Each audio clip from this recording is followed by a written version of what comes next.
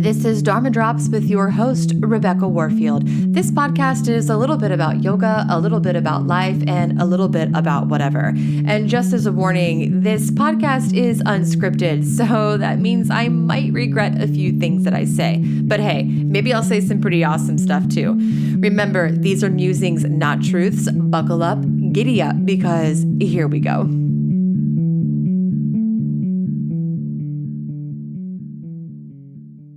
Like I said, Jane, the best thing about recording a podcast is no one can see you. Thankfully. Yeah, heck yeah, because I'm still in my dirty yoga clothes. I'm sorry I'm sitting on your couch like that. Me too. Hey guys, this is Rebecca Warfield with Dharma Drops Yoga Life Whatever, and I'm here with my friend Jane Chapman-Holt, yoga teacher extraordinaire. We're chilling in our yoga clothes on her couch today. How's it going, Jane? Good, thank you. Yeah, is it your first time recording a podcast? It is. Even yes. better. I know I told a few people you were recording with me and they were so excited, which I'm sure you hear this all the time because they're like, oh, I can't wait to listen to her accent. And I was like, I can't wait for her to bring some class to Dharma Drops. I don't know about that. You don't know? I cannot promise that. So I was just telling you that I've been to England one time and I don't remember much because it was not very long and it was my pre-yoga life and I had been drinking quite a lot, but I remember having a pretty good time. Yeah. Definitely, as you do in England, you do drink a lot of warm beer, mild. It's good like that though, yeah? Well, it is because it's so wet and rainy outside. Yeah. So the warm beer is good. It is good. Mm-hmm. And I mean, I just like beer. In fact, when I asked you to be on the podcast, you said only we can drink a beer. But now you're on a health challenge, right? I am, yes. You're not drinking any beer. Not drinking no beer, no wine, unless it's socially.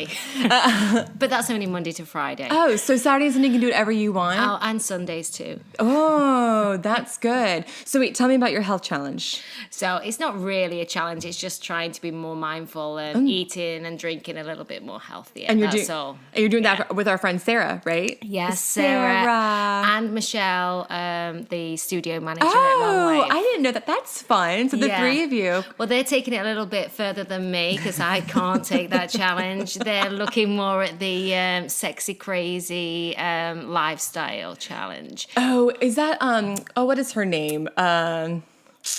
God, I do this every time I record a podcast. I know exactly what you're talking about. Then I can't think. Vegan, no sugar, no carbs, and no alcohol. Didn't she have cancer, the author? Yeah, that's right. Okay, so none of us can remember what it's called. I mean, I could look at Google, but that would be too easy. So I will post it later after this episode airs. And I'm sure in the meantime, everyone listening is like, God, it's such and such. Yeah, I'm sure they are. Yeah, I know. But I'm not following that plan anyway. I'm just following my own plan to try and be a little healthier.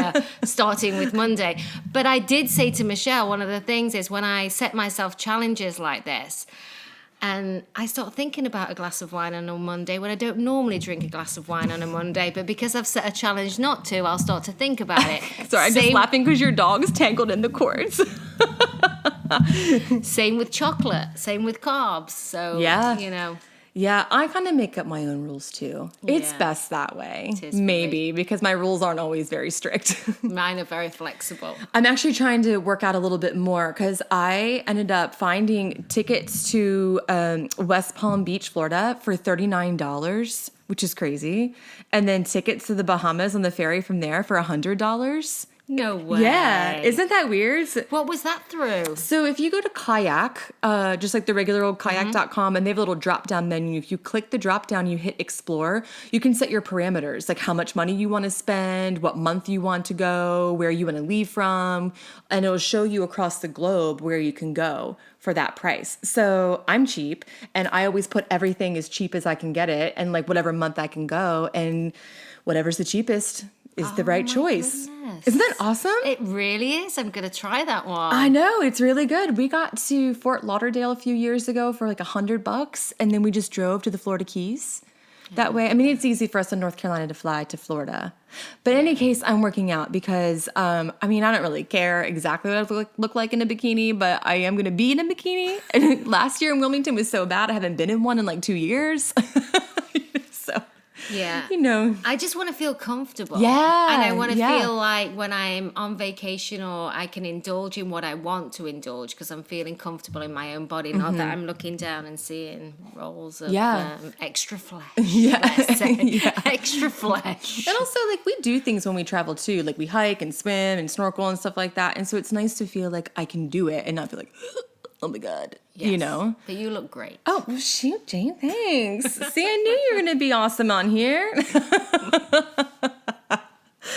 So Jane is here really to talk to all of us about a really amazing program that she teaches at Long Wave Yoga, but that hopefully can be inspiration for yoga teachers and yogis all over the world. Because speaking of the world, I kind of lost count because I looked last night, but can I tell you that the last time I counted, Dharma Drops was now in 21 countries. Wow. Yeah, and the last ones that I saw were Argentina and Indonesia. And I would just like to say to my folks in Argentina and Indonesia, those are my bucket list places. So if you want to raise a fundraiser for me to get there, I'll come and do a live show. Something, do what needs to be done because I need to go there. And she can find cheap tickets on Kayak. Yeah, I know. Wait, speaking of travel, I'm all over the place. You just got back from Panama, right? I did, yes. How was it? Oh, it was amazing. Really, really nice. We stayed close to Panama City, the old town, and it's full of culture and great food. The fish was amazing. The music. I want to go the to Panama. I haven't been to Panama. So last year, I think I talked about this on a past episode, but last year I led a study abroad in Costa Rica, and the students were responsible for getting to Costa Rica, and then we all met at one location. But one student, her flight was out of Myrtle Beach, and it was canceled. So she drove from Myrtle Beach to Raleigh, which is a long drive. That's not a little thing. It's a really long drive. And she got to Raleigh and her flight was delayed. So then she finally got on her flight from Raleigh, and right before they landed in Costa Rica, they had to reroute because of dangerous weather conditions. And then she was rerouted to Panama and was stuck in Panama for a day. And it was not only her first time going out of the country, but also her first time flying alone. Oh my goodness. She was so upset. But I was like, what, girl, you're in Panama. You better go live it up while you're there. But she was too afraid to leave the hotel. I know. Yeah, I know. She was really upset about it. Yeah, it's a beautiful country, but there is some areas, Yeah. you know, that are Yeah. a little less safe. Yes, for Yeah. sure. Yeah. And I mean, I understand her concern, but I was like, what? I want to go to Panama so bad. You know? The rainforest's beautiful. Oh, the yeah. hiking. We did a lot of. Oh, your cat's chewing the cords. Hi. This is why I like to record in other people's places, because we get all the real experiences of their lives. Like your dog just got her head wrapped in the cords. Your cat is chewing the cords. And I'm not editing it out. That's it. We don't edit things out like that around here. See, and I offered the room for another occasion. No wonder you didn't take me up on it. She's so kind to offer up her space for me to record because it's a good space for recording, but I had secured a location elsewhere. I don't know what I would have done here by myself. But anyways, to get back to the heart of things, Jane is here to talk about some really amazing work she's doing, and not just in the local community, but she is teaching it in the local community. But I think we can all be inspired by her work that she's doing, which is called Yoga for Young Ladies. So can you and yours cat, who's determined to chew this cord in half today, can you tell us a little bit about what Yoga for Young Ladies is and how you started teaching this? So, Yoga for Young Ladies is a 5-week series we're running at Long Wave for primarily middle school and high school young ladies. It's amazing. Yeah, it really is. And it's designed to help managers the stresses of teenage lives, to look at preparing for exams, to look at situations you may find yourself, look at lunchtime.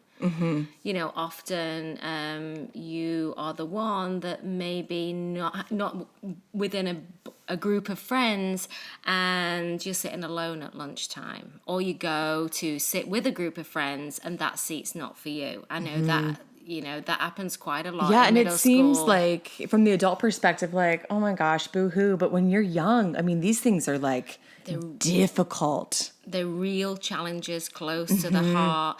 And then, you know, you could go from that situation and you can move on to having a quiz. Right. in the next hour, and being stressed through that as well. And you're just changing and finding yourself in awkward situations from 1 hour to the next at that age. So it was a way, it's like a toolkit that I'd like to think that I developed to help managers manage the stresses, like breathing, counting the breaths, taking the deep breaths, preparing before you speak, before you engage, even with your parents, with your siblings at home, looking at your actions, social media. God, which is a whole level of thing that, I tell Aaron all the time, I am so glad that social media and these smartphones were not around when I was a kid. I'll be 37 this year. So my high school, middle school days were pre all of this stuff. I mean, can you imagine the stupid things, that like you did or that were embarrassing or whatever, know? It's with you daily. So even if you not invited on that Friday night to a party, you wouldn't know about it. I wouldn't know till the kids started talking about it Monday morning in my day. And I might have been upset, but it was over. That was Friday night. Now you live it and you see what they're wearing. Well, I was going to say, it's in your face. It's not like, oh, I wasn't invited. They probably didn't have fun anyway. It's like, oh, I wasn't invited. And now I get to see everything that I missed out on. It hurts my heart. So it's looking about the perception for others as well. So one of my Dharma talks within class for this past series was, what kind of social media person are you? Are you somebody who just sneaks around and look at everybody else's posts, seeing what they're doing? Aaron. I always tell him, like, you're trolling, which he's not trolling. I'm a troll. I troll people on Facebook. So for those of you who responded to my anti-Game of Thrones post, joke's on you, buddy. Because I actually kind of like Game of Thrones, but right before the season 8 premiere, I put on Facebook, I was like, I'm just going to go ahead and say it. I don't like Game of Thrones. And I watched, everyone was like, what? Yes, I'm going to pretend like you didn't say that. I was like, ha. So I'm a troll. Aaron's not actually a troll. He just looks around and he's very wise and doesn't blast his business everywhere. Okay. So there's the stalker or troll, you want to say. And then there's those who want to share everything, from what they ate, from what they're wearing, from... Then there's the other, girls who sometimes want to make a point out there that others weren't invited. Yeah. That they're having this party and who they've invited, or they're going to that party, or they're going to the movies. Everywhere they go, they want to promote it. And then there's the others who just sit back a little and they're excited about some of the events they're attending, or some family member whose birthday it is. And it's just a look at what kind and what you want out of social media. And there's a lot of weird things that happen on social media. I actually had a really weird thing happen today that you were there. I just didn't think Jane and I crossed paths this morning when she was teaching a yoga class and I was leaving my class. And I just hopped onto Instagram, and some weird random person, I had a picture of my feet in Baddha Konasana. For those of you that don't know what that is, it's like the soles of your feet are touching and your knees are like kind of like a diamond shape with your legs and you're sitting down. And he was like, the soles of your feet are very beautiful. Would you be interested in selling a pair of your used socks or shoes? It's gross. It's really gross. And I was like, delete. But of course I took a screenshot first because I need to show everybody. And also, mind you, I do not have beautiful feet. Anyone out there who thinks feet are amazing, mine are the worst. I'm a modern dancer and a yogi. My feet are banged up. I know, mine too. So bad. The soles of my feet sometimes. She's showing me her feet. Honestly, the dry skin, I'm like, just about flex your feet. And I'm like, ooh. I mean, after Wilmington Dance Festival, we were in the theater for, I forget, Tuesday, Wednesday, Thursday. Then we performed Friday and Saturday. My feet split. You know, I mean, the pads of my big toes split open. I mean, this is not pretty here, foot fetish guy. And I'm not kind to my feet either because I walk barefoot everywhere. Yeah, me too. We live at the beach. I mean, that's what's going to happen. Yeah, around the yoga studio, around the halls, outside. I'm constantly barefoot. So I expect to have I understand. mucky feet, as we say in English. What is it, mucky? Mucky feet. Yeah. See? It's a cultural learning experience sitting on Dharma Drops. It's not just me blabbing my mouth. This is like real learning. Now, look, when I was in England, I was pretty sure we were speaking the same language, but not communicating at all. I was like, I understand all the words that came out of your mouth, but I think it means something really different. I know. It is. It is an issue. Yeah, I know.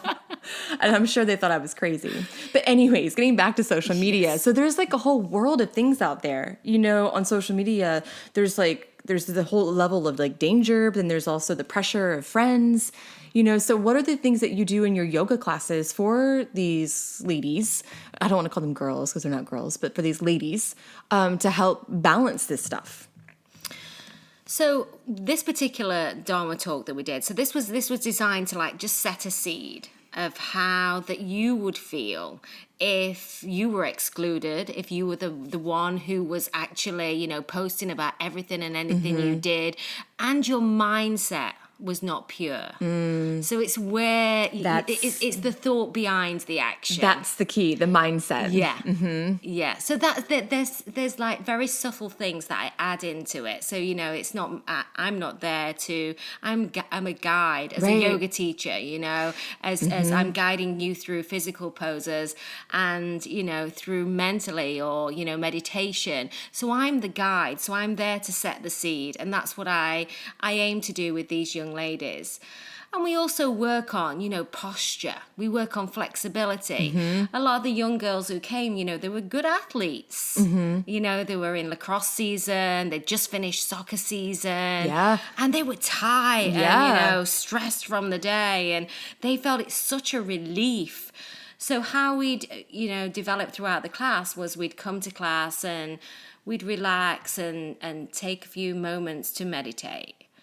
God, I wish I've told you this before, I wish someone taught me meditation at that age and taught me about the personal responsibility of your mindset. So, I mean, had someone taught me this when I was a teenager or even younger, my life would have been so different. I mean, thankfully no one did. It arrived at the right time, right? But, you know, I went to Catholic school. I may have told you this. And in first grade, a sister, God, I forget her name. She was a nun. She's not very nice. Sister, it'll never come to me. I've probably blocked it out. But this nun, she told us in class that if you even think inside to yourself that you're going to hell, you will go to hell. So, of course, I spent the next, 15, 16, 17 years of my life fearing my own thoughts because my thoughts were going to send me to hell. And then I arrived later in life at yoga, and Lexi, my teacher and my 200-hour teacher training, was like, oh, your thoughts are not your reality. In fact, your thoughts aren't you. And I was like, what? What? You know, so had someone taught me that, oh my God, do you know how much money I would have saved in therapy? I always say that too. I mean, a tremendous amount of money. I think that's why, one of the reasons why I started, I was working in New Jersey at the time for a children's therapy center. And I was working alongside a psychiatrist in social skills groups. And we began to combine yoga with social skills. Interesting. So the young ladies in that particular group were high functioning girls with autism or challenging behaviors. And that's how it developed. And then me relating that experience to my own experience in my teenage and, you know, early 20s. And I wanted to move forward with, you know, helping girls to find yoga at an early age. Yeah, it's awesome. God, I wish. So what we do is, we meditate. And then, you know, not too long, you know, it's not something, you know, I even struggle with my own meditation practice. I mean, it's hard. It's hard, yeah. Let's be real here. And we've got, you know, there were 16 girls in class fidgeting around, you know. They do fidget a lot. So I teach PED 101 at UNCW. And the girls in class are probably a little bit older than what you work with, but I've noticed they have a really hard time. Well, that's just the human experience too. But I think more than maybe adults, they move a lot. They do. And they're really uncomfortable with being still. Yeah. So they'd never even experienced, a lot of them, the incense candles that I'd bring. Ooh, So yeah. we'd fill it, I'd have candles, I'd stage the room. Yeah. So they would have an experience, and we'd talk about, hey, the smell you may feel and smell, that sensation in an ashram, and who knows what an ashram is. And It's so yeah, cool. so just opening up minds. Yeah. And so we'd start like that and have a little Dharma talk, but I'd call it a mat chat. Oh, that's nice. A mat chat. A mat chat. I like that. Yes. Yeah. Mat chat. I like that. I Is there a song somewhere there, Rebecca? I'm ready to sing it right now. I was just thinking maybe we should call this mat drops, yoga life, whatever. Because for those of you that don't know, Dharma talk is when your yoga teacher sits down and like begins to speak. You're right. It's like a moment of teaching. And that's actually why I called this Dharma drops, because it's these drops of like teachings, not from me, but hopefully from the listener's self, who are listening, who are like, oh, I got that little bit of information, But if you go up to someone who's not a regular yogi and you're like, would you like to listen to my Dharma talk? No, I don't, And I think young people too are like, the fuck are you talking about? This lady's crazy. Well, they might still think that's secret. Yeah, I mean, maybe. Yeah. The smell stinks in here. This woman's crazy. Why has my mum sent me? Let's be real. That's right. I guess maybe they're not there on their own accord, right? I'd like to think so, Rebecca. But yes, that is a possibility as well. But I'm sure, maybe it's a little bit of both, but Yeah. even if it is, I wish my mum had forced me to go. I was going to say, I mean, Regardless. if my mom forced me to go, first of all, I'd probably be a total jerk about it because I was that type of teenager. But even still, the seed's planted. Yes. Right? Even if you don't want it, you can't unlearn that stuff. No, exactly. Yeah. And you take it with you. So then we'd work on some of the girls. There was different levels, just like, a class. So some of the girls had experienced a yoga class before. Others had never been to any class, total beginners. So we'd begin to stand and we'd begin to stretch and maybe work through some of the poses. What is a warrior 1? What is warrior 2? Downward dog, just these basic poses that we go through. And then I set a Spotify of all young, groovy music. My daughter helped me there. So I have a 13-year-old as well. I don't know any popular music anymore at all. I didn't do it myself. Yeah. But she helped me. So what I actually did once we built up to the poses, and it would get longer and longer as we worked together as a group. So we'd find, what they thought was fun. And then we'd flow for just 15 minutes with the poses that we'd worked through, where the music was quite high. And, I was in the middle and I'd do the adjustments. But with that came... they relaxed, because in the beginning when I was teaching the poses and it was kind of serious and they were so trying to get it so perfect, to show each other and to please the teacher.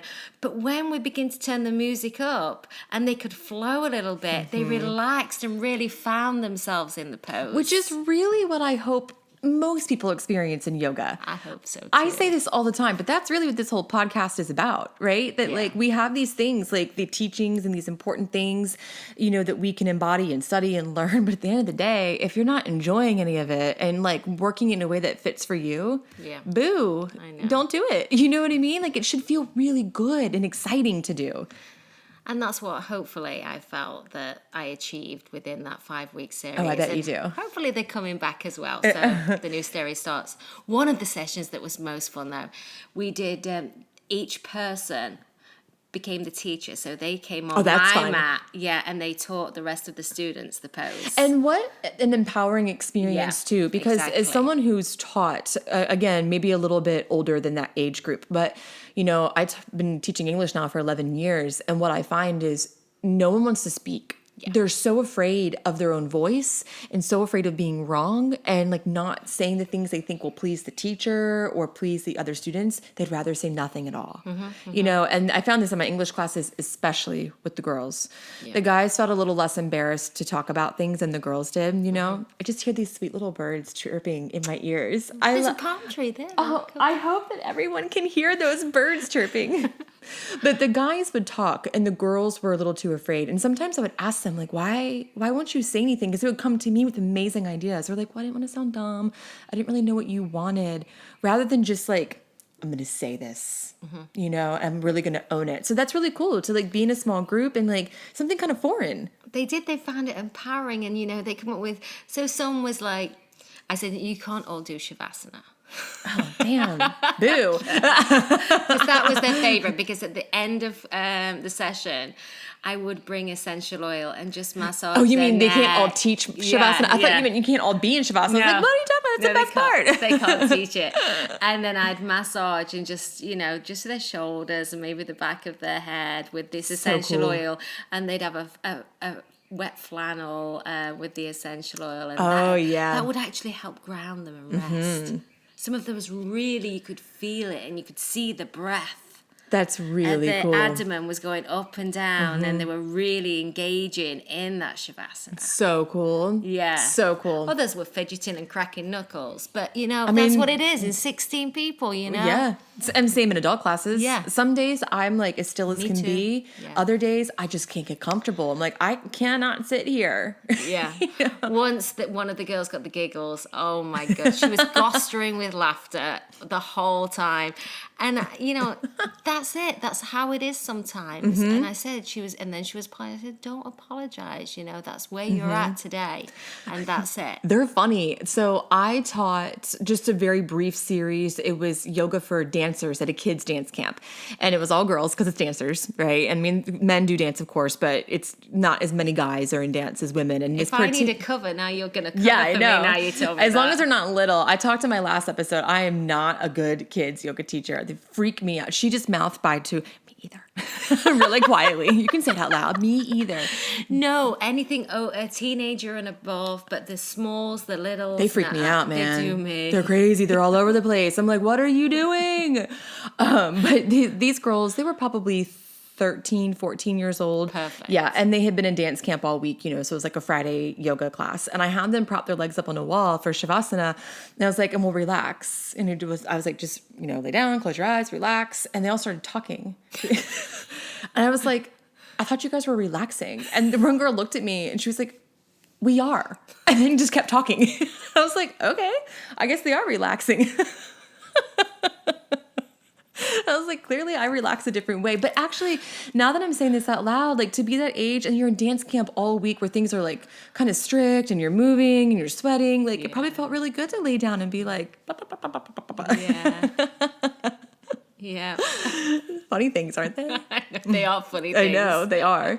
And I didn't know where it'd go as well because my daughter was part of that class. Oh, so that that's was a interesting. challenge Yeah. because she'd been to yoga classes with me, obviously, and she'd been to as a student and as a teacher. But this was a different experience because some of her peers were going into the series. God, I'm just imagining if my mom taught my yoga class when I was that age. I'd be like, Mom! That's what I thought. Yeah. And I had to do her a talk prior to a serious Dharma talk, mother to daughter. This is not a Dharma talk. This is serious. This isn't a seedling of truth. This is your freaking life on the line. This time, there's no choice but to do what I say. So we did do a talk. Jane, you're a lot funnier than I knew.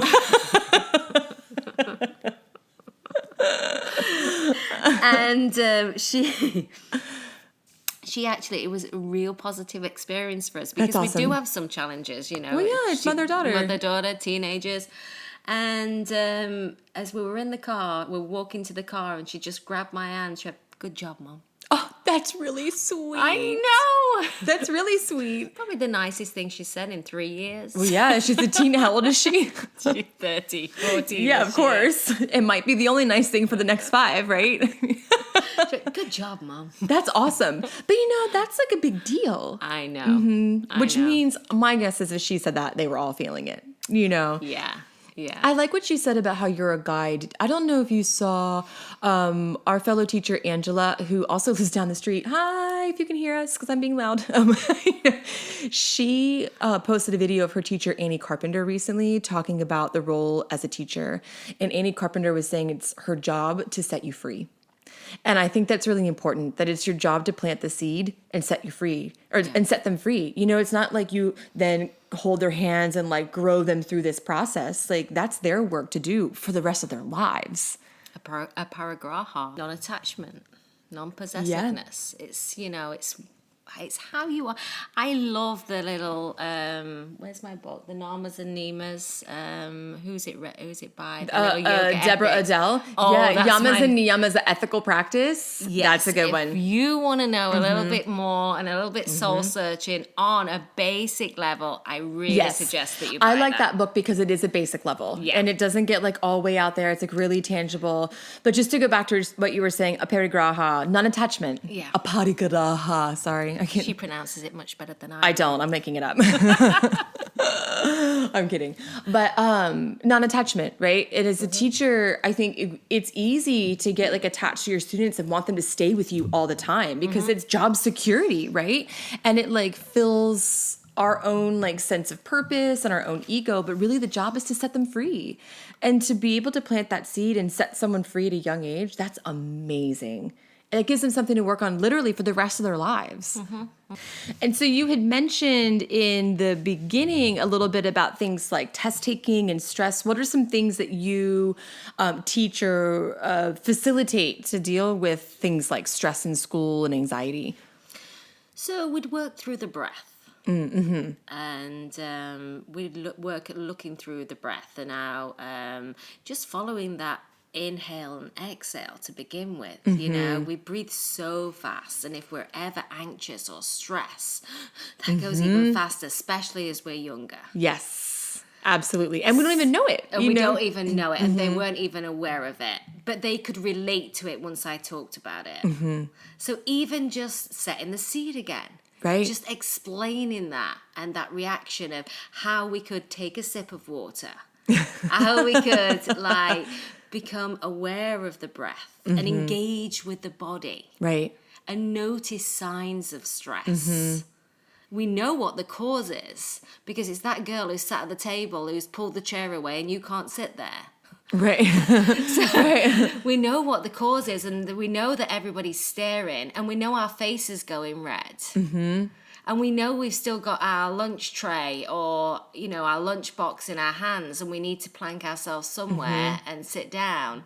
But we want to feel we belong somewhere. Right. We don't want to sit by ourselves. So it was just, how there's no way to manage it in a whole, but just looking at the tiny pieces, the toolkit. How can we reduce that stress? How can we, be aware we know our face is burning red? Let's just take a breath. Let's just relax the shoulders, unclench the teeth, take the tongue away from the roof of the mouth. And just these simple things. And things that they probably don't recognize that are happening in their bodies. And so I had a student at UNCW recently who told me for him, his yoga practice, he signed up for yoga because like most people do in college, they sign up for yoga because they think it'll be easy and they have to get their PE credit, and they find it's something else. Some of them are probably like, whatever, this is dumb. But a lot of them learn, a lot about themselves in the process. And he recently told me that he was unexpecting it, but the yoga practice taught him how he manages his own stress. Yeah. And I think that's what it boils down to, like what's happening in your body, and now what do you do to bring that back to a level of stasis? Yeah. So you can think more clearly for your next action. And also I set the seed was, and again, this is for young people, for adults, for everybody, is to clear the mind. So when we're faced with challenges, with life challenges, we can approach it more clearly. Absolutely. And better at it the next time. Yes. The first time that you don't have someone to sit with at lunch, it sucks and you don't know what to do, but you practice something from your toolkit. The next time, it's a little bit easier. It is. Yeah. That's the whole point, to like get a little bit better at managing those things. Definitely. Sorry, go ahead. Pre-exams as well. So we worked quite a lot. That's a stressful situation, especially because we had a few high school students in class who, were taking AP courses, who were feeling stressed, and the amount of homework that even they had after this class. Yeah. They were going on, and they came to me privately, and they were taking time out for the class. But after their load of homework, was still there. Yeah. And I don't think we give young people the credit they deserve when it comes to stress. I hear people talk about college students a lot. And they're like, oh, it must be so hard to be a college student and party. But the truth is, for young people, life is just stressful. There's a lot of competition. If you're in high school, you're not just trying to graduate. You might be trying to get a job, to get into college. Making life decisions when you're really just a child in a lot of ways, that's really stressful. Yeah, and we've not even broached on home life and home situations. You could have a sibling that's challenging, or parents divorcing. Yeah, there's so God many knows. things going on in a young person's home life, and even when you feel it's solid and stable, they might not feel it's solid and stable. Right. Everybody manages stress and anxiety differently. And they might feel stressed over the food they eat, or, they've not got their own space to do their homework. Others could just just sit on the couch, do it wherever. Everybody's stress is different. For sure. And we need not underestimate that. For sure. Think about I'm actually doing a class this evening for adults, Monday, 6:45 at Long Wave, Stress Less. Oh, yes, stress less. So if you're local, you can take it. If not, you can at least check things out on the internet and see what's going on and maybe be inspired to do something in your town too. Yes. Because that's the other thing. There's this misconception, I think, due to social media and God knows what else, that yoga's all just like exercise and sweating and hot yoga and stuff like that, but it's not. No. That's not even the point. Yeah. That's just something created like a few years ago. To help us meditate. Right, to help us meditate, to get back to this place of a still mind.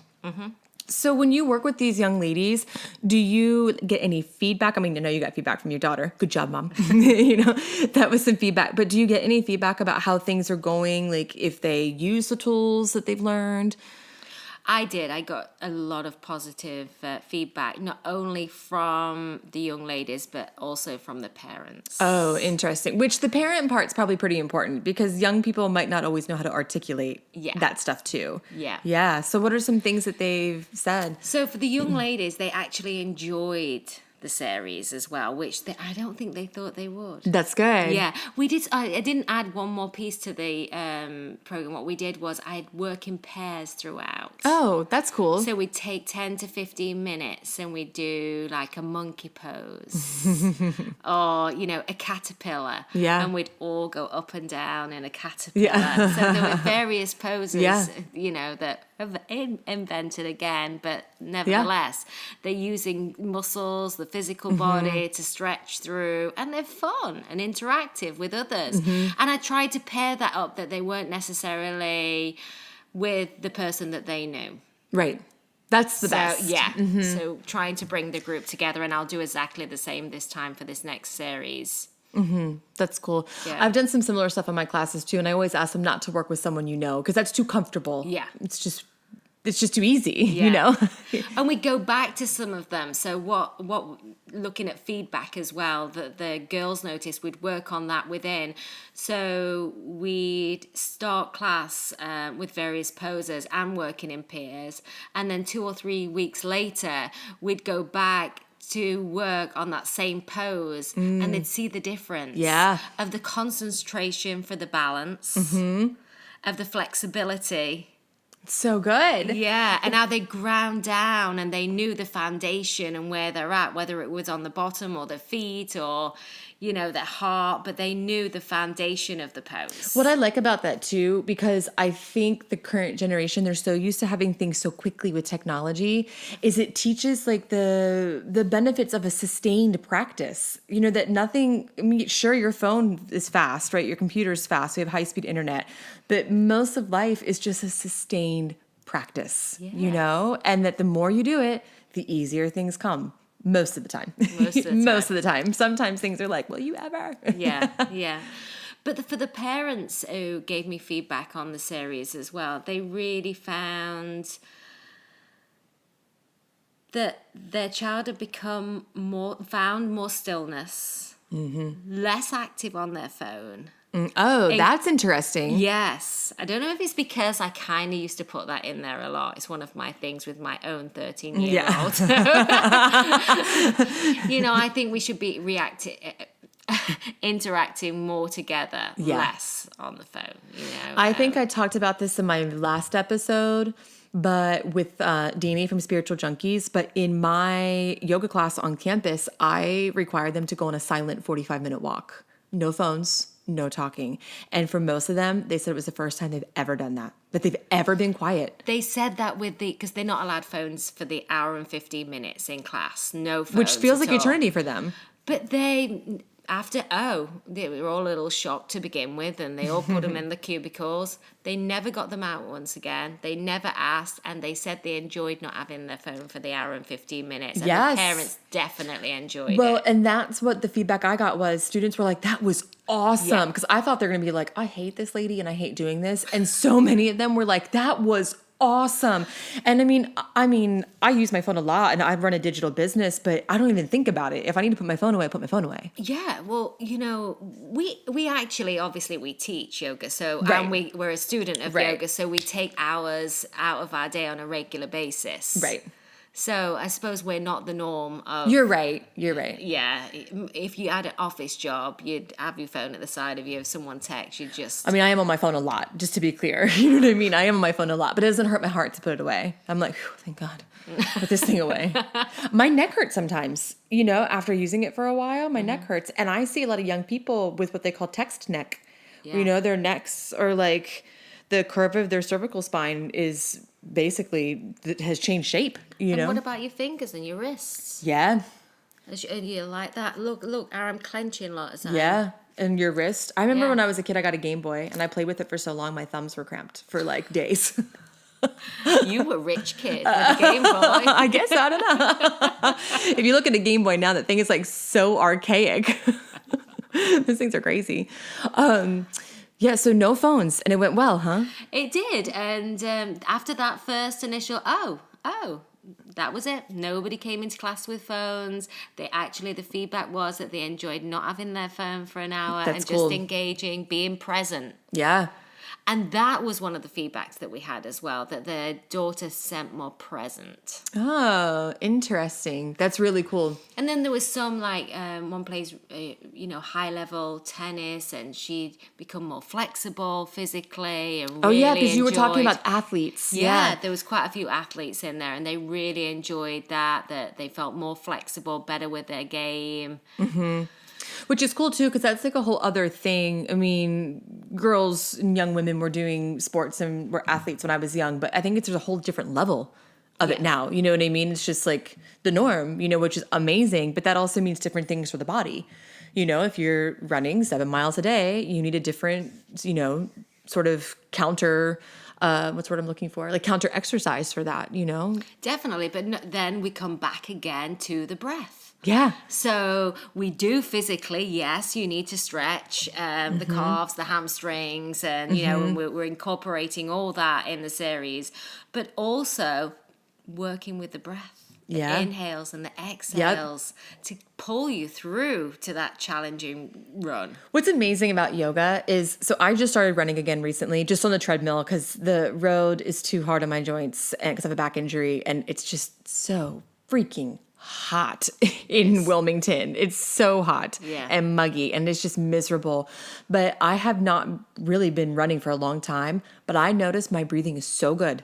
And it's because of my yoga practice, because I can regulate it. It's not that I'm not out of breath, right? Because I am out of breath. I'm tired, you know, after 30 minutes of running, I'm like breathing a little heavier, but it's not like, you know, like gasping for air. I can regulate.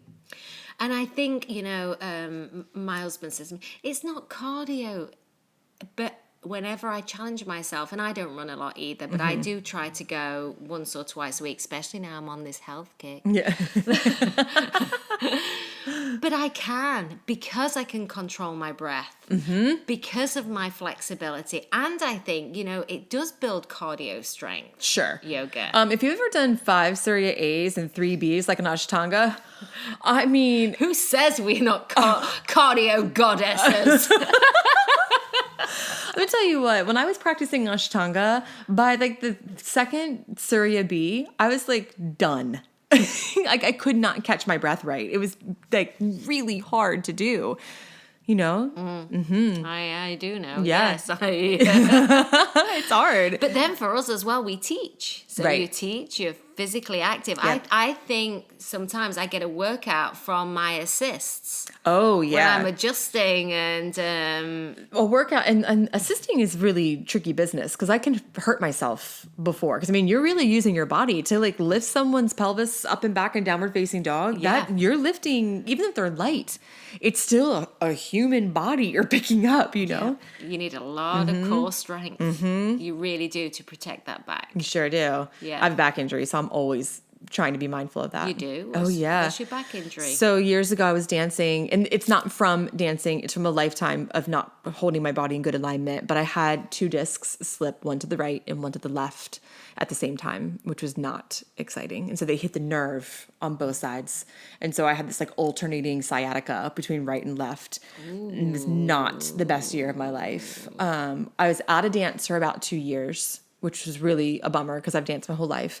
I couldn't practice for a while, but it was in the long run yoga. I'm not going to say that healed my back because I don't want anyone to go out there and be like, oh, if I go do 6 hours of power yoga, I'm going to heal my back. So I'm not sure if it healed it, but it brought it back to a place of stasis. It taught me a lot about how to hold my body. It taught me a lot about what I do when I'm running and I start to get tired, how I let everything go, and it just gave me a lot of information and feedback. You followed the guide. I followed the guide, the inner teacher, the guru. Yeah. Backs are tricky. Backs are tricky. And just going back to young people, I know so many young people with back problems because they spend so long sitting all day long at school. And especially when they get to college, they're hunched over computers all day. And then over time, like I have countless students and like 19, 20, 21 years old with major back problems. And with physical exercise, like with, soccer, lacrosse, basketball, they're not stretching a lot. They're straight into that run around the field. Yep. No stretching prior to it. And there's not a lot of alignment. Like yoga has so much fun alignment. Your cat is so cute on my shoes. Maybe it was your cat who messaged me about my feet. Jane's cat's like all curled up on my shoes. It's so cute right now. It's like sound asleep. And I think maybe... Look at his paws. I know, he's really cute. He loves my dirty shoes. She's a she. Her name's sorry. Daisy. Daisy, I'm sorry. I had a cat that looked just like that was a boy named Inca. Inca. My mom really loved Native Americans, and we had Inca, Aztec, Maya, and then somehow we veered off. We had Jelly Bean and Jasmine. That was you. Probably me. And Samantha. Oh, I can't believe I forgot. Samantha was definitely me. I like that. I bet you Jelly Bean and Jasmine were probably mine too. Yeah. We had 6 cats and 2 dogs growing up. That's like a lot of animals in a house. Oh my gosh. It's yeah, too many it animals. is. My mom's been listening to my podcast now. Sorry, Mom. But that's a lot of animals. Yes. Yeah. Now I have little Hanky. Yes. He's so sweet. You're Frenchie. My little Frenchie. He's a baby. So going back. Oh, yeah. Sorry, to guys. We're talking my about yoga. Physical impact on young ladies. So yeah, looking at stretching and exercising and the posture and the balance. So the balance as well, that's a big yeah. And they loved going upside down. They loved doing a handstand, which or a is good while they're headstand. young and not afraid to do it, right? Because when you get older and you like try it for the first time and you're like 35, you're like, hell no, I'm not going upside down. It's stupid. So it's better to do it when you're young and you can just go ahead and get that fear out of the way. It is. No, so we'd go with, this is typical as well. So we'd go in and demonstrate a handstand, and now the hips are going over the body, and you bring your leg up, and I do this demo of it. But no matter how much, they just fly up, bang, They don't crash. care. They don't care though, do they? Slow down, just gently. God, falling is like the worst. It's like my greatest fear. The other day, I fell really hard at my house. Hank tried to kill me. He like darted out in front of me, and I was carrying my laptop, and I tripped so hard. There was like no saving it. And I went crashing down. My computer went crashing down. Hank was fine. And I was thinking like, good God, if I was 15 years younger, I'd be like, this is fine. But I like sat there for a minute like, oh. So I'd say, just terrible. Just start. We take one leg up, our hips were just slightly over, and then I'd say, just little bunny hops. Because they're not afraid. It's not a frog, a bunny. Because they're not afraid. Just to throw yourself over like that. But they loved it. They loved being upside down. And you know, part of it is I had to incorporate, well, I wanted to, not had to, that's totally wrong, incorporate fun. Yes. That's so important. Because that's how the memory starts. You know, I didn't want the memory to be, oh, this boring lady who taught us yoga and we had to sit with our knees. Well, how many people have you met who are like, no, I hate yoga. It's too still. It's too boring. That was my first impression. Lots of people. Yeah, you know, the first time I ever tried it, you know, we were in my 20s and I'm like, yeah, no. Quietening the mind. I've got too many things to do. Little did I know to quiet my mind would help me do all the things I needed to do. But you know, it takes a while to get there. It does. And also too, I think for a long time, yoga was taught differently. Like if you look back at like those old videos, it was like, sit down and inhale, touch your toes. Like no one wants to do that. Although you just did an impression of my accent. That wasn't your accent. That was not your accent. All my students are going to be going, yes, it is. That's what she says. Reach for your toes. No, I don't. If I could that easily have a British accent, I would. That's hilarious. Dharma drops. Have to make fun of oneself. Yeah. When you got to the United States, were you just like, God, everyone's like speech is so sharp? Because that's some like I've heard before about like American accent is that it's like very sharp and loud, of course, and I'm the loudest American on earth. Well, I landed in New Jersey, you know, spent a lot of time. That's a good one to land in. A lot of time in Manhattan, so it was quite harsh. Yeah, it is. It really is. But no, one of the funny things is, so I think, and when I'm here, my accent is still British and strong. But when I go home and say I'm having a few drinks with my girlfriends at home, and we'll laugh at something and I'll go, oh my God. And they go, oh my gosh, you're so American. It's really funny how those things change. Because so I have a friend from Turkey. He lived here. He taught at UNCW for years, but he moved back to Turkey. But he had a friend come to visit. And in Turkey, it's really common for men to like put their arms around each other when they sit down. It's like, it's not homosexual. It's just like normal like behavior. Like men sit like that. And they were in downtown Wilmington and they sat down on a bench just to chill for a minute. And his friend put his arm around him. And my friend was like, dude, stop. They're going to think we're gay. And he was like, you've become so American. I got like really mad at him. He was like, you don't understand what that means here. You know, not there's anything wrong with that, but for him, it's like just not the impression he wanted to put out there. Like he was trying to tell his friend, like, hey, that's like not how things operate here.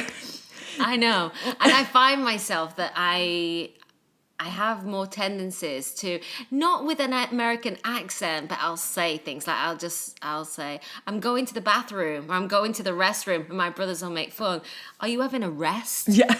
In the toilet? What are you doing? I mean, maybe. It's a funny word for a bathroom. Who was it who recently told me the bathroom was the only place she could get privacy with her kids? So she would just sit in the bathroom, like sit on the floor. Restroom. Yeah, she would just sit on the floor and be like, I'm in the bathroom. And just like sit there. So you can tell your brother that's why. Wait, it was you too. So I like that TV show, International House Hunters. And it's these like not always American, but often American couples who move abroad and they're looking for a house.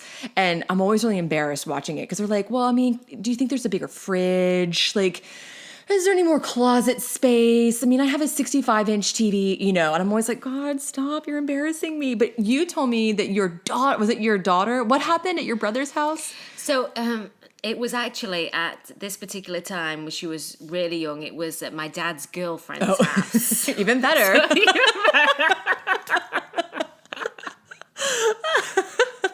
Not embarrassing at all. She can't use the internet, so it doesn't matter. Yeah. She'll never listen to Dharma Yeah. Drops.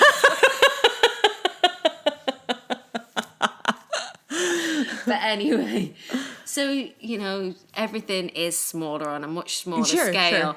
And my daughter, in the morning, she'd open the curtains and she'd say, Mummy, look at that tiny shed in their tiny garden.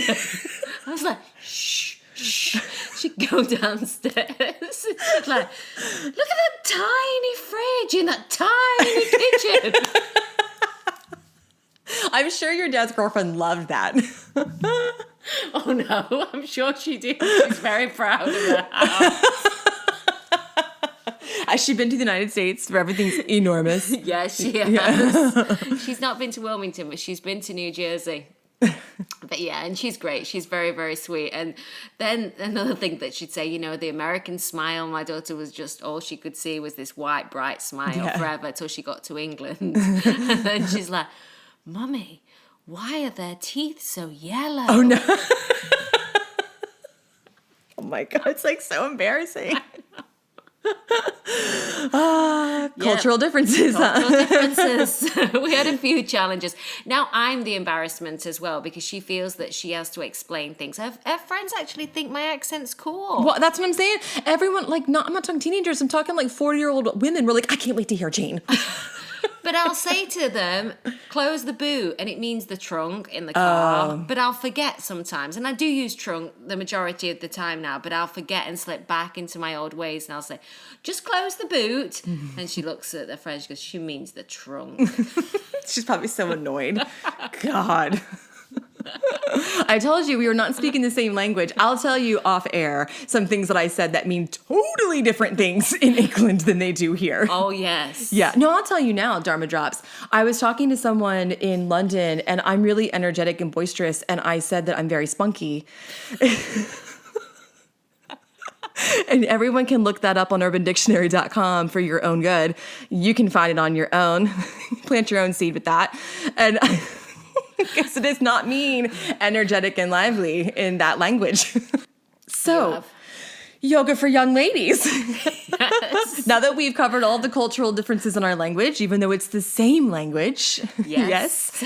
So is there anything else you want to share about yoga for young ladies? Just to tell you that the next series starts May the 15th and it runs through June the 12th. It's a 5-week series, Wednesday nights, 7 till 8:15. Okay. And it's at Long Wave Yoga. Long Wave Yoga. Yep. Go to their website for any more information on what the series has to offer. Cool. And so if, let's say, people who aren't in Wilmington want to do something similar, where's a good place to start to do your own program in your own community with this? So you'd need to have a background and have worked with children and young ladies. Okay. So I'd say that to any yoga teacher because it really is a different experience. It is. And as I say, I'm a guide, but you need the resources and the experience to guide young ladies through or what's appropriate to talk about, the touch, And to know what's going on. and just the interaction with girls. I've got a daughter, but it's a total different reaction to what I'm having and experience working in this series with the young ladies. So I'd say look at working in the community, doing some voluntary work, with young girls. To begin with, I'd worked as a Girl Scout leader for 6 years as well, so I'd done a lot of this. I love Girl Scout cookies. I'm not going to lie. It's probably not part of your health thing, but it's part of mine. I do love Girl Scout Your favorite Girl Scout cookie is? The mint one. Frozen, thin mints. You have to freeze them. You freeze them? Oh, they're so good frozen. I don't know why. What's that, samosas? Samosas. I think they're like that called, are they called caramel delights now, maybe? I don't know. I mean, I haven't really met many cookies I don't like. So, I mean. So I'd been a Girl Scout leader for 6 to 7 years. That's awesome. I didn't know that. Yeah, so that actually brings a lot. You know, we'd myself and Denise, we led the girls through various away trips, you know, That's really cool. sleepaways, meeting on a weekly basis, bringing other projects, including yoga, into That's cool. the weekly events. So we'd done a lot of that work. So that's what I'd say. If there was any yoga teachers out there, or anybody wanting to work with young girls, get as much experience and exposure and see how comfortable you feel. You know, it's awkward at times. Yeah. It's not always comfortable. You don't know what, they're very unpredictable. Right. You know? Yeah. They can actually Big say, time. that sucks. I don't want to do that, you know, in the middle of class. And like I said, we had one girl who was gostering with laughter for the longest of times during medication. She was medicated after. During meditation. So, you know, how do you deal with that to make her feel comfortable, to make the other girls feel comfortable so that they didn't start laughing, Right. A, but B, as well, for the girls who were taking it more serious and wanted to get something out of it, you know, it was disruptive. Yeah. You know, Yeah. so it's just finding that balance, and you need to be comfortable working with these young girls. That's good advice. Because, you know, sometimes things feel or sound like a good idea. Like, I'm going to do a yoga for young ladies. And you're like, oh my God. That's how I felt the first time I taught kids yoga. I was like pretty excited. I was like, this will be fun. And then like 15 minutes in, I was like, I got to get out of here. Like, I need someone to rescue me. Like, so bad. And it's a different experience to a yoga class, because my yoga classes, say I prep at the beginning of the week and look at a sequence that I'm developing, and you know, I'll tweak it depending on the students, depending on the level, and I can always do that. But with this has to be unique. This is a total different class that I'm designing each week. Right. Yeah. Yeah, you got to meet their needs. Yeah. Meet them where they are. Yeah. So it's Awesome. a total different experience. So this podcast too, Jane, is always about yoga life and whatever. And I like to end things on a conversation. I think we've done a pretty good job already today talking about other things like our similar but very different language. But I do like to end things on a note of just random stuff, because like we can be a yogi and we can study the teachings and be really serious about it, but there's this whole other world of life out there that we get to enjoy.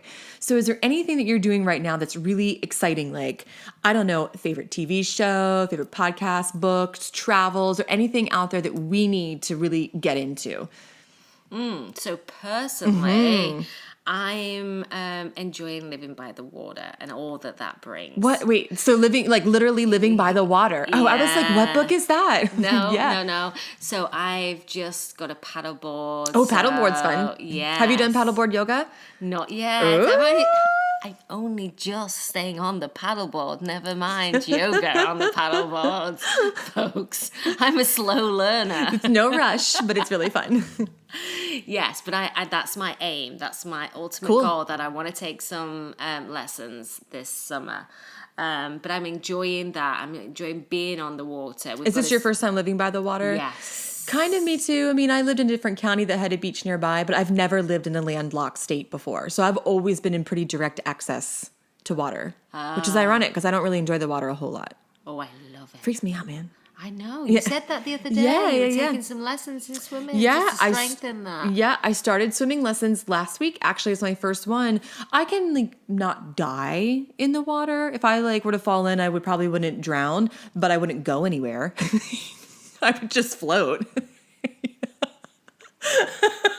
I would just sit there and wait for someone to come get me.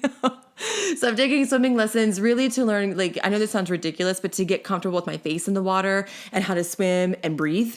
you know, because I would just swim with my neck out of the water, which I then learned was like a lifeguarding type of stroke. So you can see what's going on, but it's not very efficient or effective, and it hurts my neck, you know? So I'm taking lessons to learn how to be a little more comfortable in the water. That's great. Yeah. Good for you. Thanks. It's been kind of fun. Yeah. So I went to the pool at the Y. We have a new YMCA here, and I went to the pool this weekend, and I practiced my swimming. It was fun and hard. Yeah. It's like really hard. I got like across the pool and I was like, good God, I need to rest for a second. But that'd be good for the cardio as Yeah. well. Mm-hmm. Definitely. Do you have a Yeah. favorite TV show these days? So I'm just about to watch the second series of OA. Wait, what's that? Is it, wait, is that the one where they're like all trapped? It's the second season's out? The second series is out on Netflix. I loved that show. I loved that show. Aaron at the end was like, this is stupid. I was like, no, it's not. Because And there's all this psychology movement behind it as well. And there was that. Yes. That was her moving her arms and doing the things from OA. That was amazing. But yeah. But I love how they have this whole thing, and then there's like movement that accompanies with it. It's so good. And how that they interact and really build on relationships, but they can't touch because they're behind the glass. Yes. Oh, I have cold chills. It's so good. So, if everyone I talk to is like, oh no, the whole like movement thing is weird. I'm like, you have to get past that. It's like this whole other way of like connecting and communicating and like being a part of each other. So on the side, I'm looking forward to that one, but on the side, I'm watching Rectify. I don't know that.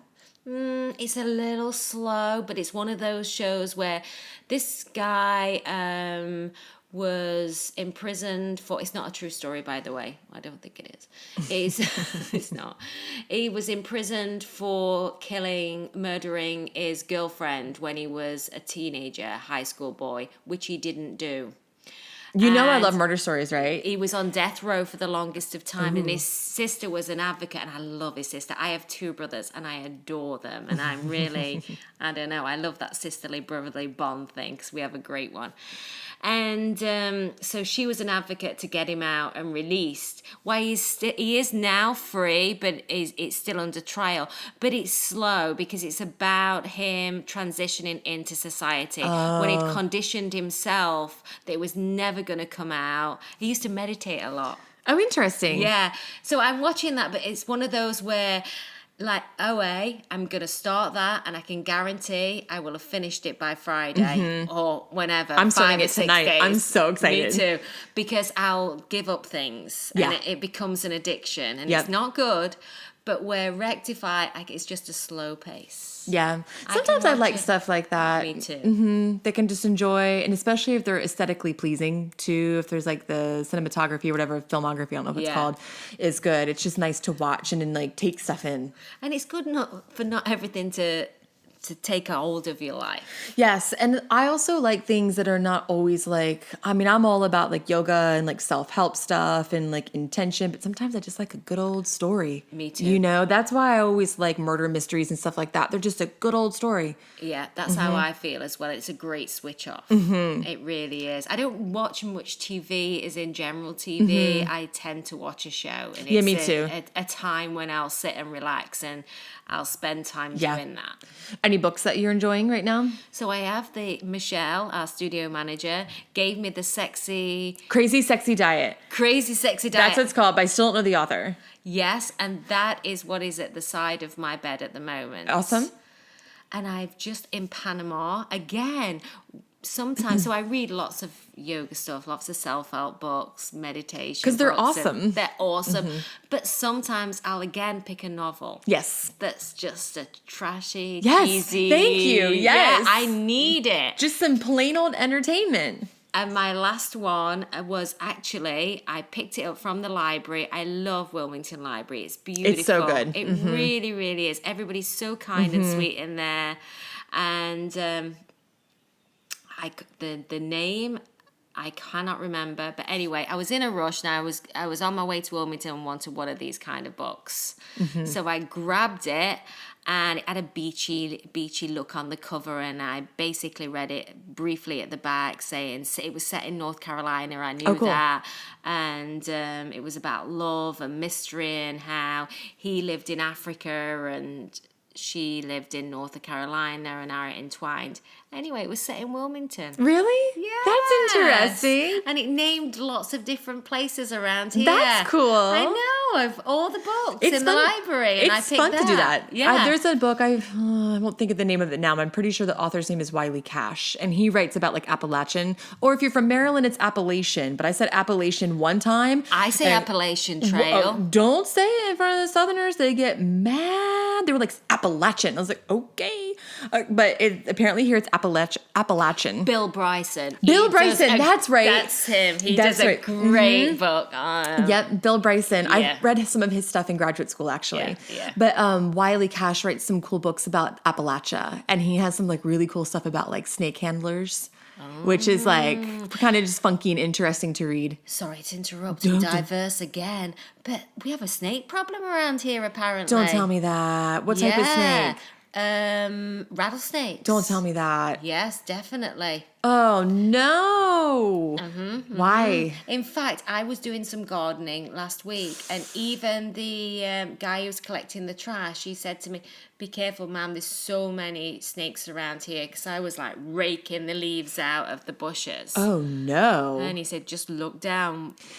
I have a colleague years ago, his wife lives in the mountains of North Carolina, and she was doing a little bit of gardening, and she reached down into a potted plant to pull a weed, and a rattlesnake bit her in the hand, and it got her right in the vein of her hand. I mean, it was bad. I mean, they were not 100% sure If she was going to live. Yeah, but she's okay. But, I mean, it was bad. Well, they have to get to you immediately, don't they? You have to get help immediately. Yeah. God, that's freaking me out. Yeah. I don't trust things that don't have legs. I don't. I thought you were going to say I don't trust things that don't drink. I don't trust things that don't drink either. Just kidding. I don't trust things that don't have legs or that don't drink. Therefore, snakes are out doubly, right? Yes. Yeah. Okay, so books. Anything else that's happening that's really cool that we should talk about? Ooh, don't know. Maybe we're done. Maybe we're done. Oh my God, is this it? I'm sure I've got more cool things, but I can't think. I mean, sometimes I ask these questions on the spot, and everyone's like, why didn't you warn me? Because it's better when you don't have to think about it. Yeah. I did get a copy of The Paris Wife, which is a book that's been around for a while, a novel, and I think called The Language of Flowers to read. Because just a little secret, I wasn't going to say this, but I guess I'll say it now since we're talking about books. I think I'm going to start a Drama Drops book club online about yoga, life, whatever. And so 1 month will be yoga, one book will be next month will be a life book, and the next month will be a whatever book. Oh, So that's so I picked up a great. couple books to read to see if I can start putting a schedule together. That would be Yeah. good. Kind of cool, huh? Yeah. Cool. Well, Jane, if we want to learn more about you and your offerings, where can we find you on Instagram, Facebook? So, Jane Chapman-Holt, very simple. Yoga.com is my website. You'll find lots of interesting and fun facts about me. Cool. Including I was a ballroom dancer as a child. You were? And where I come from in England. And yes, you'll find Oh, some. I'm going to read. Yep. Look me up. Yeah. Stalk me. Stalk you. Don't say that. I have found today that there's weird people out there. And it's very basic because I have a business page on Facebook. And again, it's Jane Chapman-Holt Yoga. Cool. And you'll find me on Instagram, Jane Chapman-Holt. Awesome. Easy All enough. Nice and easy. Awesome. Well, remember, guys, these are musings, not truths. I always say you can trust my guests. Everything Jane says, I'm sure, is you can trust her. Just listen to me and move on. Hang on to the things she says. Just listen to me and move on with your day. And so until we meet again, thanks so much for being here, Jane. I really appreciate it. Oh, thank you for Yeah, of inviting course. me. Anytime. Bye, guys. Bye. Well, shit, y'all. Thanks so much for listening to this episode of Dharma Drops. Please don't forget to rate, review, and subscribe to this podcast on whatever app you listen on, especially on Apple Podcasts, because Apple iTunes, they're kind of the entity that controls all of this podcasting world. So the more that you can rate, review, and subscribe on iTunes, the more we can spread all the Dharma Drops fun with everyone. It's a great way to share the offerings of this podcast with others. If you'd like to catch up with me on Instagram, you can follow me at Rebecca Warfield Yoga and at Dharma Drops Podcast. And you can check out my online offerings at RebeccaWarfield.com.